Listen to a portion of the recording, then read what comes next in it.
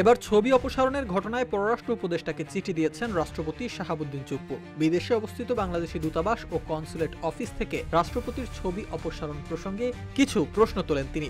চিঠিটি প্রকাশ করেছেন অনুসন্ধানী সাংবাদিক জুলকারনাইন সায়ের, যেখানে রয়েছে রাষ্ট্রপতি শাহাবুদ্দিন চুপ্পুর স্বাক্ষর। তবে চিঠিটি এখনো পররাষ্ট্র উপদেষ্টার হাতে পেয়েছেন কিনা সেটি নিশ্চিত করতে পারেননি সায়ের।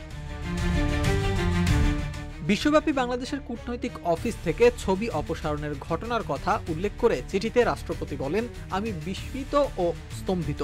রাষ্ট্রপতির আসনে আসীন এবং দায়িত্ব পালনরত দেশের রাষ্ট্রপতি যেন অপদস্থ না হয়, সেজন্য কি কৌশলী পদক্ষেপ নেওয়া যেত না? আমি রাষ্ট্রপতি হিসেবে সাংবিধানিক দায়িত্ব নিষ্ঠার সাথে পালন করে যাচ্ছি, সরকারকে সর্বাত্মক সহযোগিতা করছি। রাষ্ট্রপতি চুপ্পু আরো বলেন, স্বাধীনতার পর হতে অদ্যাবধি যা হয়নি তাই করছি। প্রায় অর্ধ শতাধিক অর্ডিন্যান্স জারি করে সরকারকে আইনগত পূর্ণ সহযোগিতা করছি। সরকার আইনগতভাবে সবল অবস্থানে আছে। 5 আগস্ট থেকে 8 আগস্ট 2024 পর্যন্ত দেশের সংকটকালে আমার কার্যক্রম প্রণিধানযোগ্য। পরবর্তী সময়ে সরকারের উত্থাপিত সকল কার্যক্রমে আমার অবস্থান স্বতঃস্ফূর্ত এবং ইতিবাচক। তবে কেন ছবি অপসারণের ক্ষেত্রে একটু দৃষ্টিকটু উদ্যোগ নেওয়া হলো? পররাষ্ট্র উপদেষ্টাকে এমন প্রশ্ন রাখেন রাষ্ট্রপতি। এর আগে এ প্রসঙ্গে জানা যায়, বর্তমানে জিরো পোর্ট্রেট নীতি অনুসরণ করছে সরকার।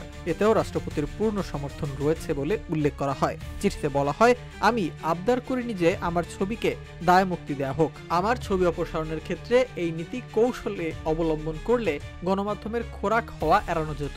এক্ষেত্রে মানসিকভাবে আমার পূর্ণ সহযোগিতাও থাকতো।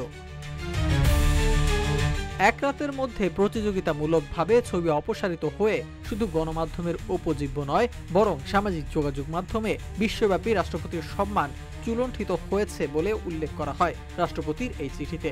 শাহাবুদ্দিন চুপ্পু বলেন, এতে মুক্তিযুদ্ধে অবদান রাখা একজন সচেতন নাগরিক ও বীর মুক্তিযোদ্ধা অপমানিত হলো।